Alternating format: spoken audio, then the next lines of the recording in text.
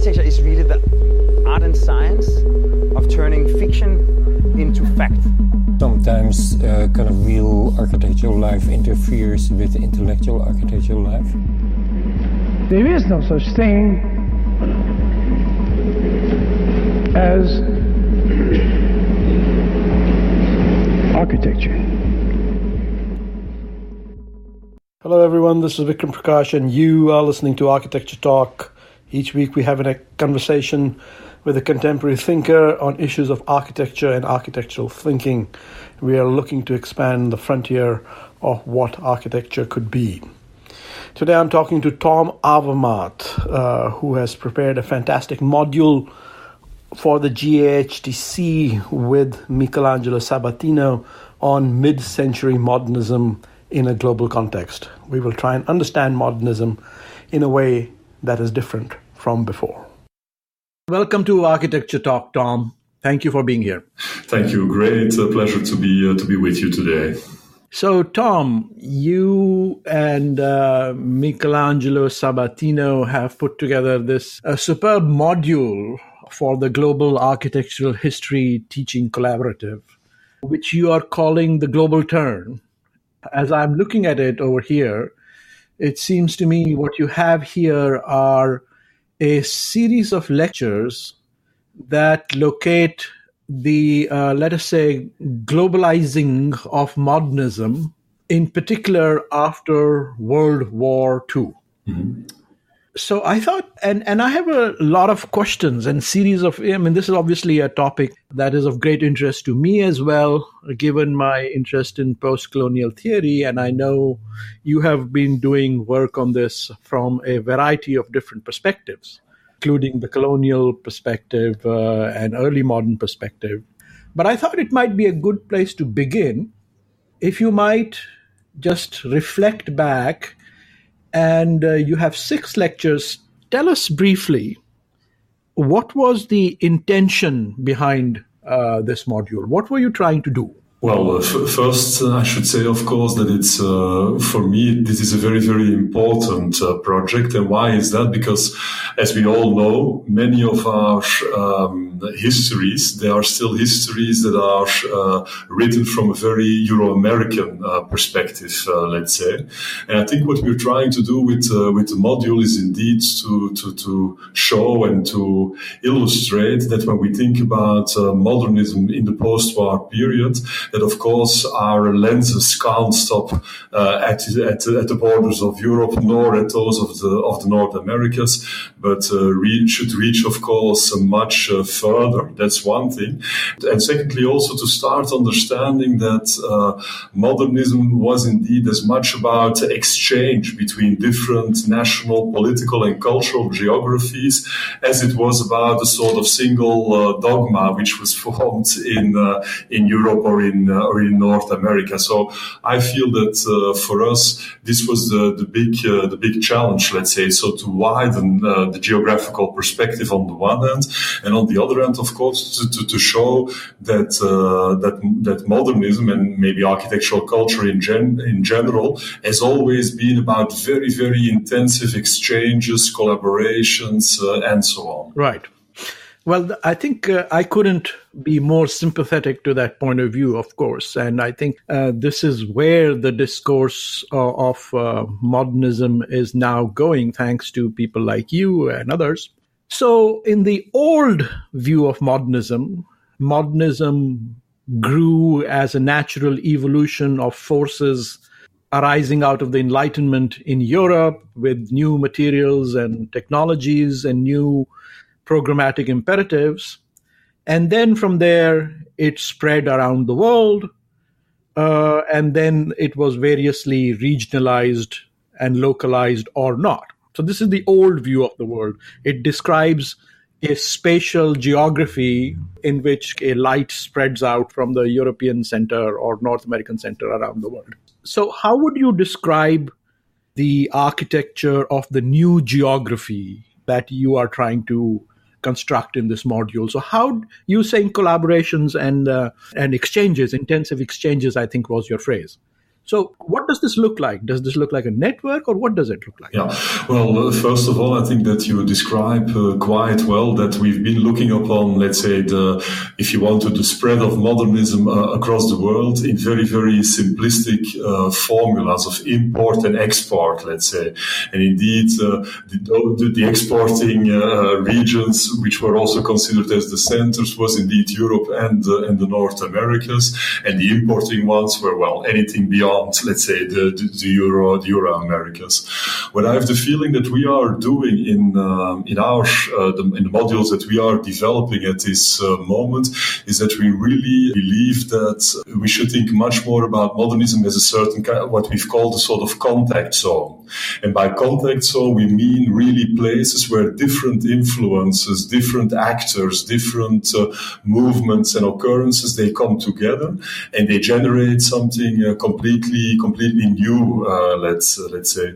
So, of course, there was across various architects and urban designers across the world, there were certain shared values, many of them in the post-war period, also in relation to the decolonialism. It was about creating a new society, creating a better society. But at the same time, of course, what we see about modernism is that indeed, in certain points, actors, forces, political ideas, artistic ideas, they converge and they create something which is something in its own right, let's say. And I think this idea that we need to dare to look upon these occurrences of modernism as modernism in its own right, particular occurrences in their own right, I think is very, very important for me. So let go of that import-export model of a certain dogmatic modernism which is spreading all over the world, and let's start thinking in terms of these contact zones where various actors, ideologies, movements, ideas, they encounter one another and indeed create very, very specific and one could say even situated occurrences. So let's say if there are certain contact zones or situations in which these exchanges, contacts, and collaborations occur, what are the circumstances that set up a particular contact zone? Is there an ideal contact zone, or are there many types of contact zones? Well, I would say in my mind there are many types of contact zones, but what is of course very, very clear is that there are certain conditions that have I would say generated these contact zones. Generated in the sense that I'm, for instance, particularly thinking about some of the young and independent nations, which were of course many, multiple in the post-war period, getting rid of the oppression, of the colonial oppression, and then indeed starting in this new sort of spirit of independency, let's say, starting to find one could say collaborators, like-minded spirits around the world who could come to them and could construct together with them in some kind of way new cities, but by extension new societies. And I must say I've been looking quite a bit in my own research, as you know, Vikram, as well. I've been looking quite a bit at these decolonizing moments, let's say, moments where indeed just after independence, where suddenly there was a new sort of energy, a new sort of spirit, which made people in various places in Asia, in India, for instance, but also various places in Africa, made them call like-minded spirits to their home grounds, let's say their home countries or their new nations, and build with them, indeed new neighborhoods, new cities, and by extension new societies. So I've been very interested in these, you could say, intense moments of energy, which are related to this post-colonial condition, let's say. Okay, well, we certainly have a space of collaboration between you and me in that interest. Yeah, exactly. Absolutely. Very, very, very important. And global connections are not only made on the level of architectural production, but also on the level of architectural research and reflection. Let's say that's of course also important to propel architectural culture. you mentioned this phrase a couple of times, like-minded people. And I think perhaps we could describe you and me as like-minded people discussing the decolonizing post-colonial situation in various circumstances. Yes.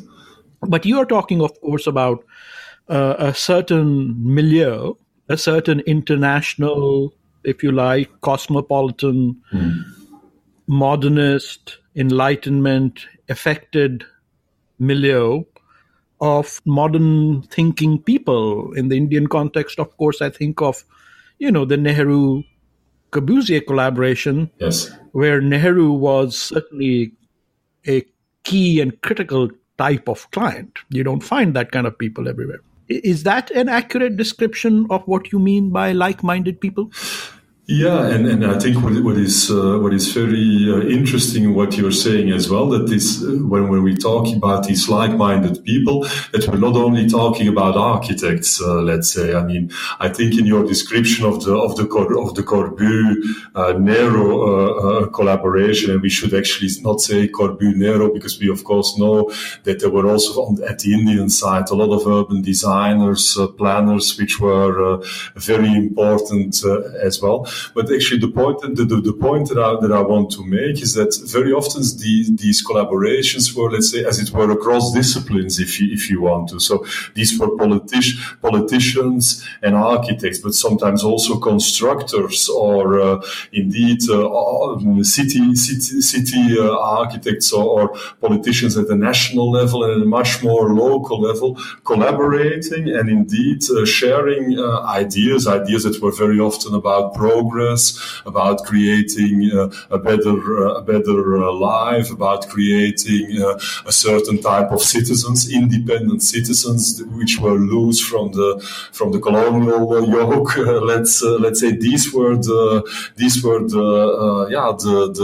let's say the ambitions that people were sharing, and they were collaborating around these shared ambitions and creating this what we've called this kind of contact zones as well. But I think it's very important that when we look closer at these contact zones, that we always discover that this was about indeed as well about constructors, about artists, about architects, urban planners, politicians coming together. So this is not a story about 2 or 3 well-known architects working together, but these contact zones are much more multidisciplinary and multi-layered, as you would assume in the first at first sight, let's say.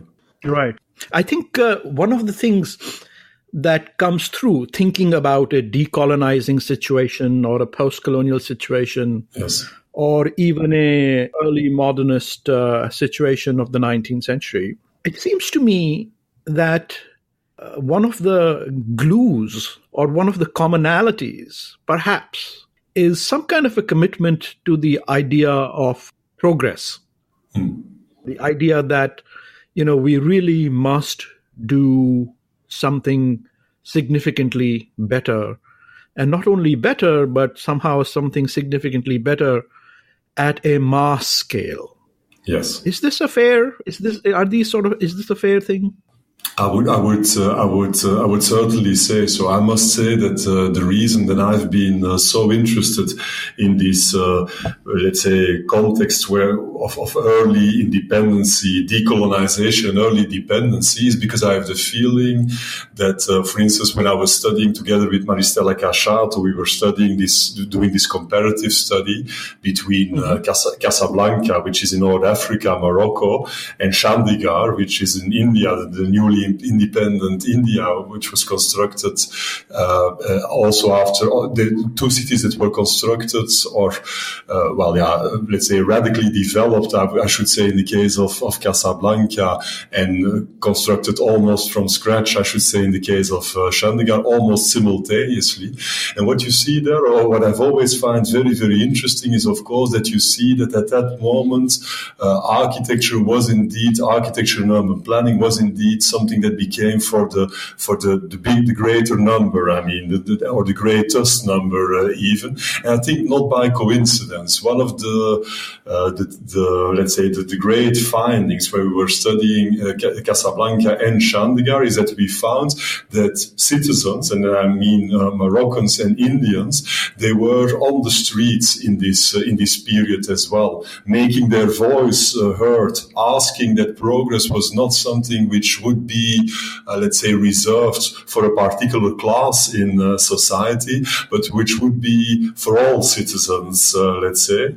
And I think, I mean, trying to imagine what was happening then, I think that this must have affected fantastically politicians, architects, urban planners, of course, who first of all were forged not to plan for a small, let's say, layer of society any longer. In Morocco, this would have been for the rich expats, let's say French expats, which were living there. In India, of course, also for certain classes. But suddenly, planning became something much, and architecture became a matter that concerned much more people.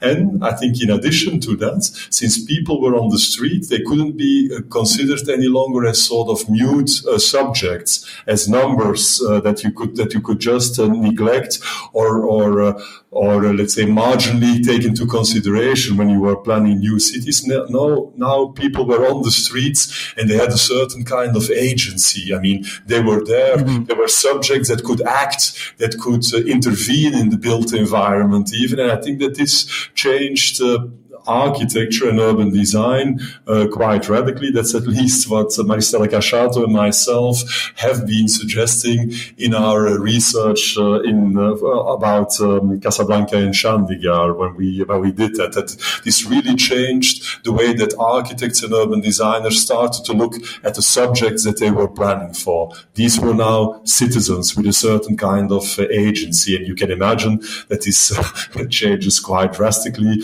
the way that you plan for these people as well. So what you were saying underscores the extremely important, which is that this modernist project that you and Michelangelo are describing in the GAHTC module, yes, is fundamentally a social and political project, or fundamentally wedded to that enterprise, and necessarily has housing and public or civic space as key parts of its imperative. Yes, yeah, I would agree with that. I think the episodes or the parts of the module that I've been discussing right now, they are indeed very, very strongly related to the question of providing dwelling space to people. And it's rather interesting to be very honest, to see that this again has become at this very moment in 2000, well, in the early 21st century, a very important issue again. I mean, how do we provide affordable housing for affordable and qualitative housing for people? I think as much an issue right now as it was in the post-war period. And then indeed there was, this very, very big, let's say, other side of the story, which was indeed about creating collective civic spaces. And to be very honest, that's maybe something that we don't discuss that much at this moment, but of which I have the feeling that, again, the historical comparison would be very, very interesting. I mean, how do we think about our collective spaces nowadays? How do they relate to the way that our societies are changing?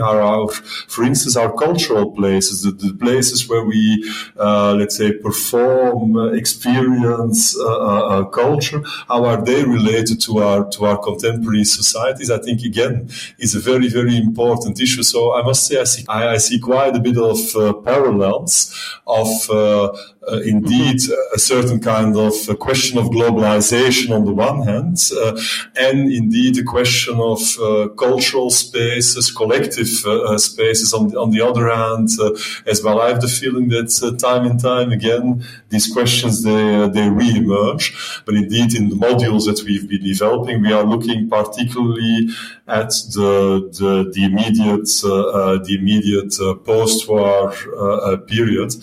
Yeah, so I'm, for instance, very fond of the last module that we are developing as well. It's also a module which has to do with it's about, let's say, global labor, if you want to as well. It's a module where we look at how labor force is moved across various cultural and national territories, let's say.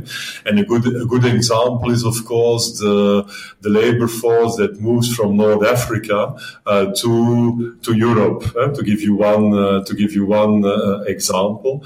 Yeah. And there again, I think that this is something that keeps on that in my mind, on the one hand, of course, remains very, very topical, because we see that a lot of people also in these times, they are migrating because of work reasons, let's say. I mean, because of reasons of work.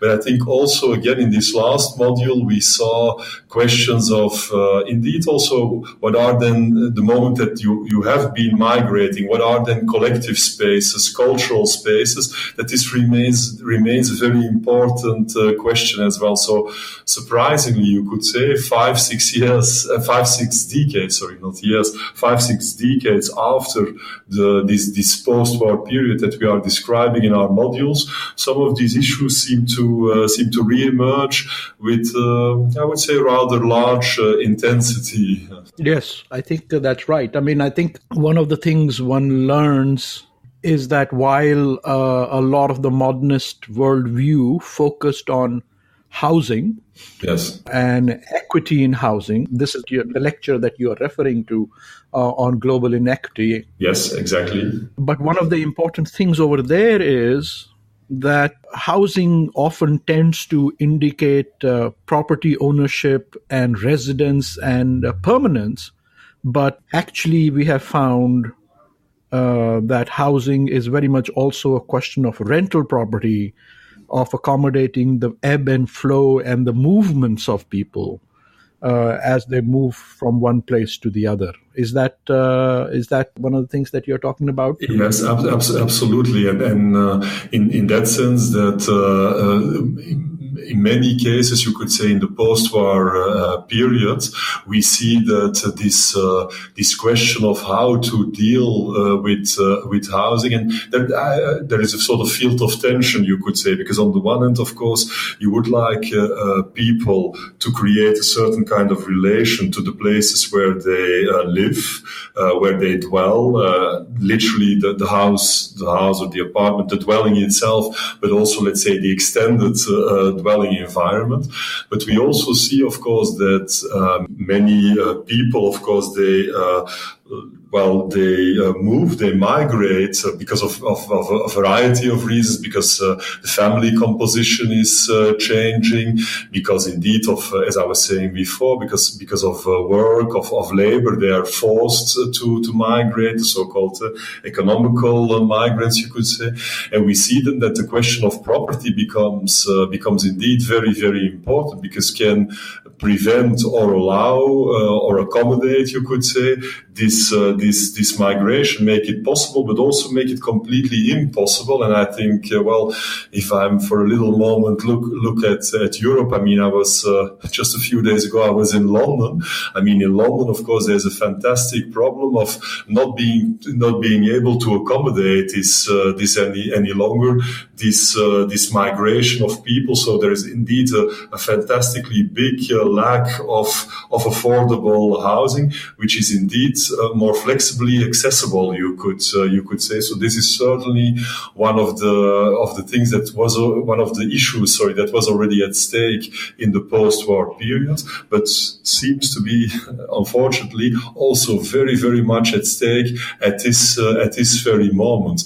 The only difference, one could say, is that we very often see that in the post-war period there were in many places still very strong states, very often young nation states, which were willing to take a very clear position in that, while nowadays we see that very often neoliberal logics are taking over this housing market, and in that sense, indeed, avoiding that the state can still correct, let's say, these mechanisms. And to be very honest, that's a bit what we see in London at this very moment. All right. Well, that's probably a good point to take a break. We are talking to Tom Avermaete, and we are discussing his and Michelangelo Sabatino's module for the GAHTC entitled Global Connections.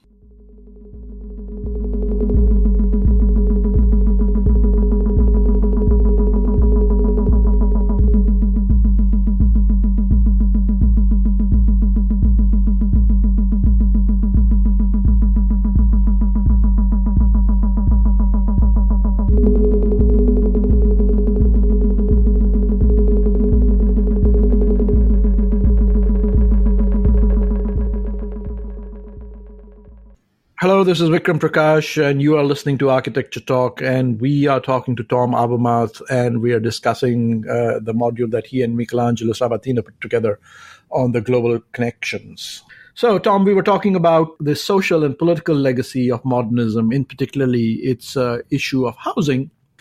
And I think it'd be a good point, as we were already starting to do, telescope that discussion into the present and into the past. So, by conventional wisdom, which for better or for worse, I'm not saying this is true or untrue, I'm just saying, but by a certain conventional wisdom, this modernist aspiration of the mid-century, this global modernist aspiration for equity, politically engaged equity, as a sort of democratic egalitarian process, might be described by some as basically having failed. Mm-hmm. It never succeeded, it never fulfilled its goals. What are your thoughts about that? Well, of course, I know this type of criticism, and indeed many critics have already said, to be very honest, already in the 1960s started to say, well, this is a project that is not going to work. And when I'm talking about a project, I'm indeed talking about this project, this sort of a bit more transnationally shared project of creating equity through, for instance, mass housing, which was so prevalent, let's say, in the post-war period. But my one of the thoughts that I have concerning that is that I do think that while we might say that it didn't succeed fully, of course, because the ambitions were large and the idea was indeed to involve the whole citizenry within this bigger project, let's say, I must say that in retrospect, and now not with 1 or 2 decades distance, but with 5, 6 decades distance, I still think that this was a very, very successful model, I must say.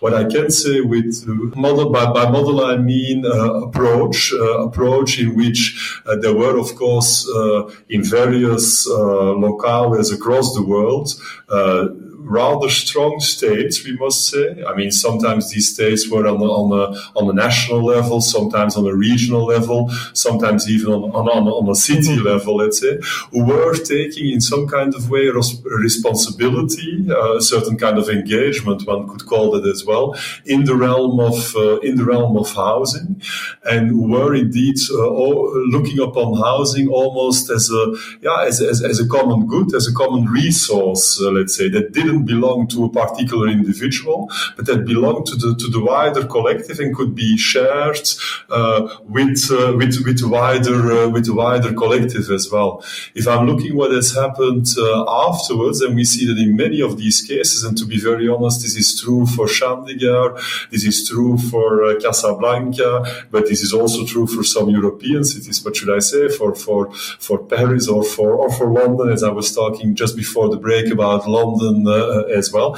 This has been given over to much more, I would say, different sort of actors that were more private developers, sometimes in initial stages, in collaboration with various state actors. But to be very honest, the result, I think, is far less convincing. I'm of course not saying that there were no problems with the mass housing, the Ville Nouvelle in France, or with even a new and modern city as Chandigarh in India, or with the new neighborhoods of Casablanca. I would be the last person to say that everything went very, very fluent in these neighborhoods.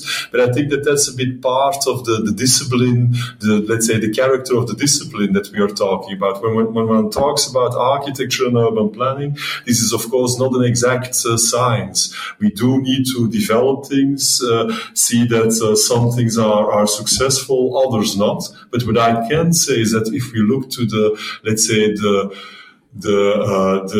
ways that the more market-oriented developments have been taking place in the 70s, 80s, and 90s, and if you look how this has been pushing out certain groups of society out of cities one more time, as Casablanca, as I think even until a certain extent in Chandigarh as well, but you know much better than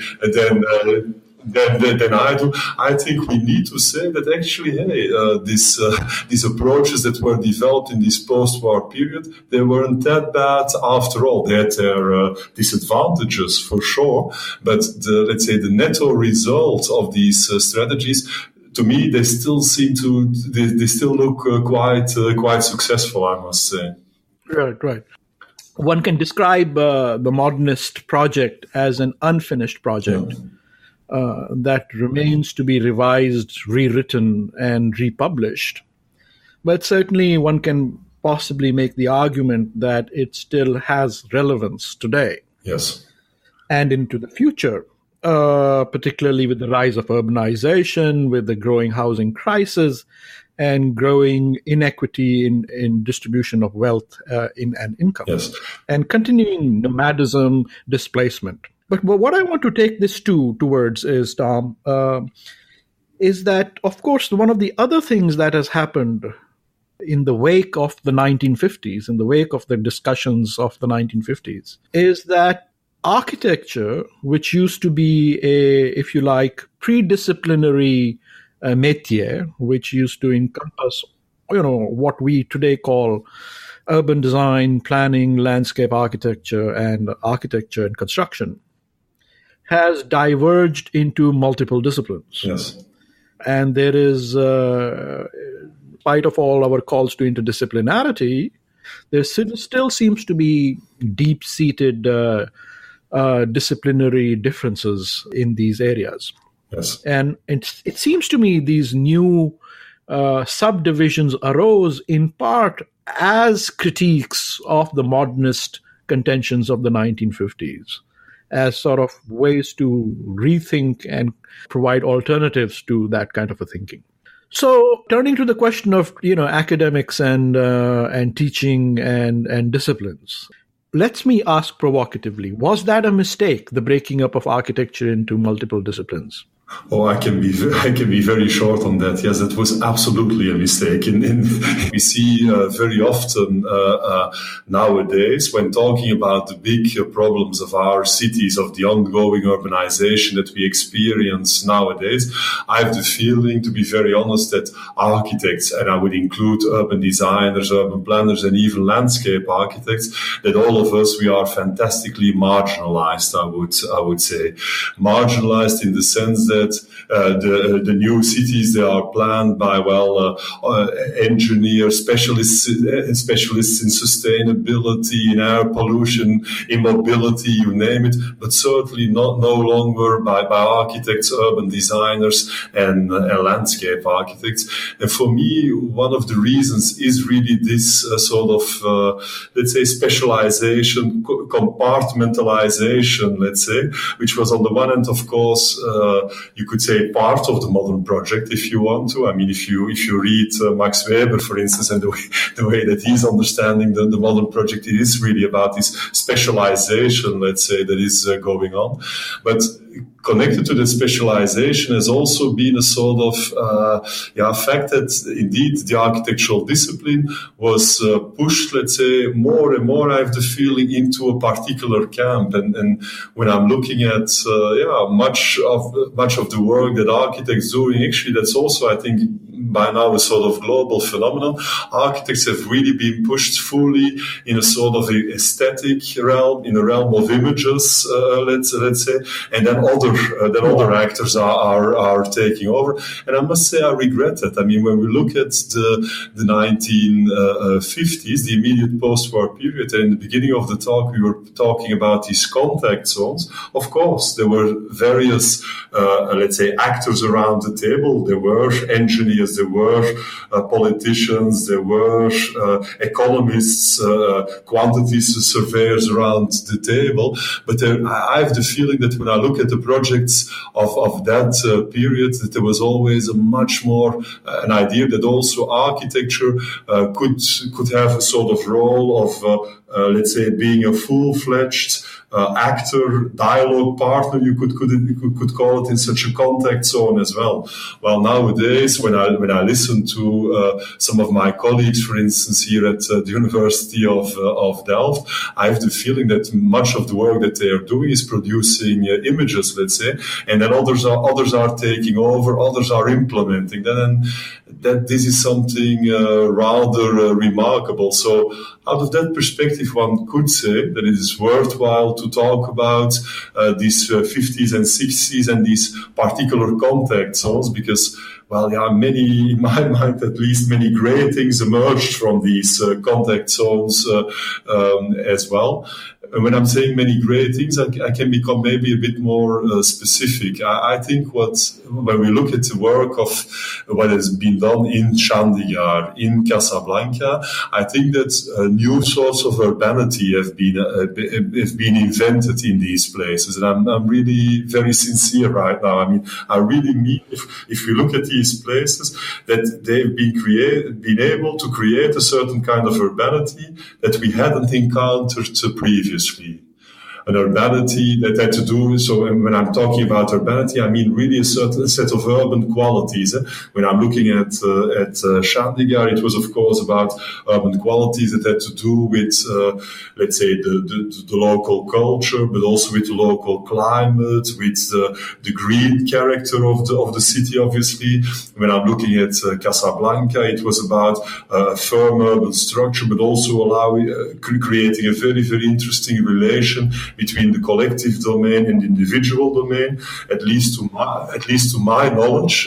I mean, this was very, very new. And I think part of the innovativeness of what was happening there depended indeed upon, let's say, the role, the full-fledged role that architects and urban designers could have in this discussion with other professionals, with politicians, with quantity surveyors, with builders, with, well, you name it. And I have the feeling that that's something that we lack. And then I'm often thinking, and this is also a very, very sincere remark, when I'm looking at new urban extensions nowadays, I'm often asking myself, what sort of an urban model is created here?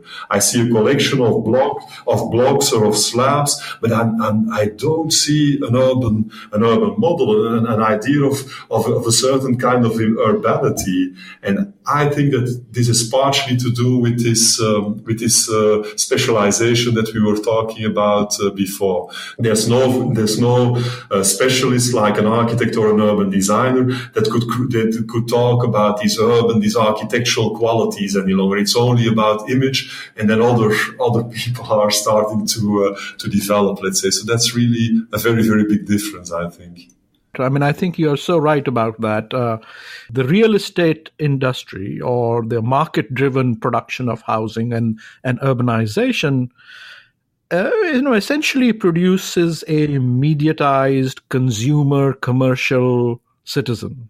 Citizenship is evaluated in terms of your purchasing ability and your participation in consumerism, whereas that was carefully circumscribed in the production of urban identity in a place like Chandigarh or Casablanca and Brasilia and other places like that.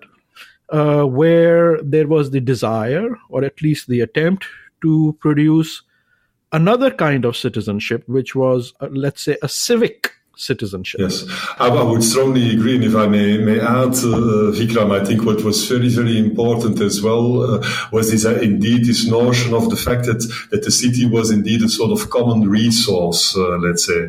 And you know that much of my current scholarship is really about this notion of the commons, let's say. How do we create commons? How do we understand the common resources in the city? But also how do we, let's say, how our common practices and common knowledge, how do they play a role in the city? So not about privatizing resources, not about privatizing knowledge, let's say, but understanding resources and knowledge in the city as something that can be shared, let's say, that is of all of us. That's I think a very, very important aspect that we lost in our city planning, let's say, in our current city planning. And in some kind of way we see that quite literally when we look at these new urban areas. I often think, but you see that everything is privatized, and you ask yourself, but where are these citizens? Where are they going to encounter the other, let's say? So not those who are of the same social class and live in the condo together with you, but these others, I mean, that are also part of the city. Where are these citizens of these new urban areas, of these new cities that we are constructing nowadays? Where are they going to encounter the other? And what sort of resources do we consider shared? I mean, that's really a very, very big question that we have in front of us, I feel as well. And a big challenge. To face these kind of questions.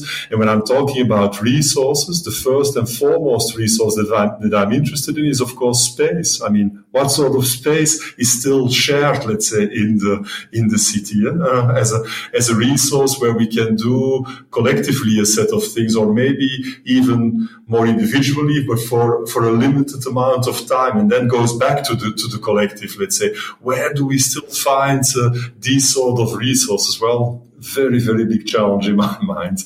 And this is something that we can learn from the 50s and the 60s, because in these city plannings, as city planning approaches, there was always this idea of common resources, let's say. And it was quite well, as you were saying yourself, Vikram, framed or circumscribed, where private initiative and where collective, what was more private domains and what were more collective domains, let's say.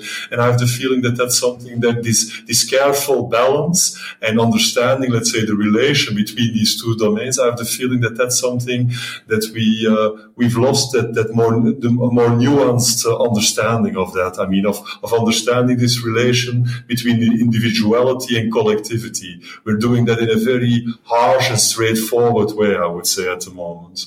No, I'm thinking in my own work, of course, of the two great spaces in Chandigarh, which is the plaza in front of Neelam Cinema in Sector 17, the commercial center of the city. And then I'm thinking of the more civic, ineffable space, which is between the various Capitol buildings in the north. And a couple of things occur to me. One, just by way of comment, it seems to me that the search for public civic space was, of course, fundamentally the idea of creating democratically accessible civic spaces. But it was also imbricated with the question of what is the nature of this new space, this beyond a civic plaza. And so there's a certain poetics of that form which were also in play. As a replacement of the poetics of the, civic space of the church or the temple or whatever it was. So, which was a tremendous question. But let me turn to something else, which is that while we are talking so much about commons and civic space and public access and non-privatized spaces, yes, it seems to me, to a certain extent, that is exactly the critique that was leveled against the modernists, which is that the modernist visions of public space were top-down. They were sort of the visions of the master architects, which were usually men. And the counter proposition was in the 70s and 80s, and even alive very much so today, the idea of strongly participative public design systems. Yes. So, I mean, let's accept that the disciplinary critique that, we are all trying to somehow get back to a post-disciplinary world, trying to work collaboratively. Yes. But what is your thinking about the agency of the architect as an overseer, visionary, versus the role of collective, participative, citizen-based design processes in the public realm? So no, I think that this issue of let's say how citizens can participate in the city is a very, very important issue, and was indeed part, you could say, already of the critique on the modernism of the 1950s and 60s, and then I think taking off, particularly in the realm of urban planning in the 60s and in the 70s, very, very strongly. For me, what I'm also and of course re-emerging nowadays with great vigor and with great intensity. I mean, this is something that's being discussed in many places as well. I do think also that we need to think a bit in a sophisticated way about that, because one of my critiques on let's say the whole participative debate in the late 1960s and in the 1970s would be that we've been thinking about participation in a rather rudimentary way. What do I mean by that? That we've been understanding participation as having people participate in the design process of cities, of buildings. And these people, of course, they are, that's on the one hand very fine, but I think that we've misunderstood until a certain extent the temporality, I would say, of architecture and of urban planning. Because architecture and urban planning is, of course, not there for a little moment, but maybe for decades, preferably even for much longer than decades. And I must say, I myself am much more interested in an understanding of participation as something which is very much related to the material, let's say, presence of architecture. What do I mean by that? I think that the role of architects and urban planners is to think about the city in the long term, let's say. The long run, that I mean indeed decades, preferably even longer than centuries, let's say. And I think that there is another level of participation which is on the shorter term, and I think that's a level of participation that is long term, needs to cater for. So one of the reasons why I've always been so fascinated by what has been happening in Casablanca, you know, that's a city that I've studied at length, is because there was a very interesting understanding of how indeed the city is about different temporalities, and how indeed there is a certain temporality where you need to think in the long run, and you need to take responsibility for the urban resources, the common resources on the long run, while other parts of the city, they might be much more participatory and might engage with those citizens who are living in the city right here, right now, for the next decade or for the next 2 decades, so let's say. And I must say, more and more, I think that we should dare to think about the city through its different temporalities, and should be very, very precise about at what level we want to start to think about the participation of the citizens. Let's say as well. So that would be my answer, maybe a bit provocative as well to your provocative question, I would say. Yeah, no, I think that the long term and the short term and the medium term, and how does one account for all those temporalities, and what are the levels of participation and citizenship, and what are the institutions that enable those systems of governance with participation, is an extremely important question, which talks about not only participation, but about proper civic representation in governance and of the continuing role of the nation state. And I would argue that in spite of the scathing critiques which were leveled against, let's say specifically Chandigarh, which I know a little bit about in the 60s and 70s, in the long run, if 60 years is long run, Chandigarh has proved to be extremely successful. It is working. It is inhabited. It is loved. People are enjoying that city. So there's no real. The jury seems to be coming in on the concept that in the long run, the modernist city has potential. Yes, and I think you're also pointing to something very important. That is that participation is not only participating, let's say, in the development of the city, but more importantly, maybe even is participating in the development. So the initial development. It's not only participating in the initial development of the city, but it's also participating in what I would call the biography of the city. The development after it was initially designed, let's say, and then questions of, do people care for this environment? Do they feel that they belong there? Do they have a sort of rapport to this environment? Is as important and creates indeed also a participation, is also a form of participation. So I think there indeed, maybe not all modernist cities, because there are of course always counter examples as well, but I think indeed Chandigarh, and I can also say until a large extent also a city as Casablanca, they've managed to create a rapport, with their citizens, let's say. So their sheer presence, their material presence, the qualities that they are able to generate now through 5, 6, 7 decades, let's say, they have been able to create a sort of engagement with their citizens, and in that sense also provoked, you could say, almost a participation of their citizens with their biography, with their further development, as it were. And I think we also need to dare to think about these kind of participations. How can our buildings, our neighborhoods, our cities, how can they, in the long run, create participation with citizens? And this is a question of the actual material presence of buildings, neighborhoods, and cities. But as you were saying, it has of course also to do with those bodies that let's say govern, that manage, if you want to, these buildings, neighborhoods, and cities in the long run. That's as well, and that decide upon their transformations, their renovations, their further development. Obviously, that's very important as well. So there are many aspects to this. Tom, it is always such a pleasure to talk with you. Thank you for being on Architecture Talk. I look forward to collaborating with you on various projects. Thank you. Well, it was a great pleasure to be with you, and I hope to continue the inspiring conversation, Vikram. Thank you very much. Thank you for listening to Architecture Talk. This is Vikram Prakash, and our show's producer is Sadie Wechsler.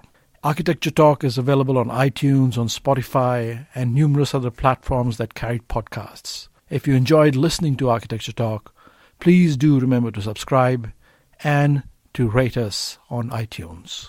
See you next time.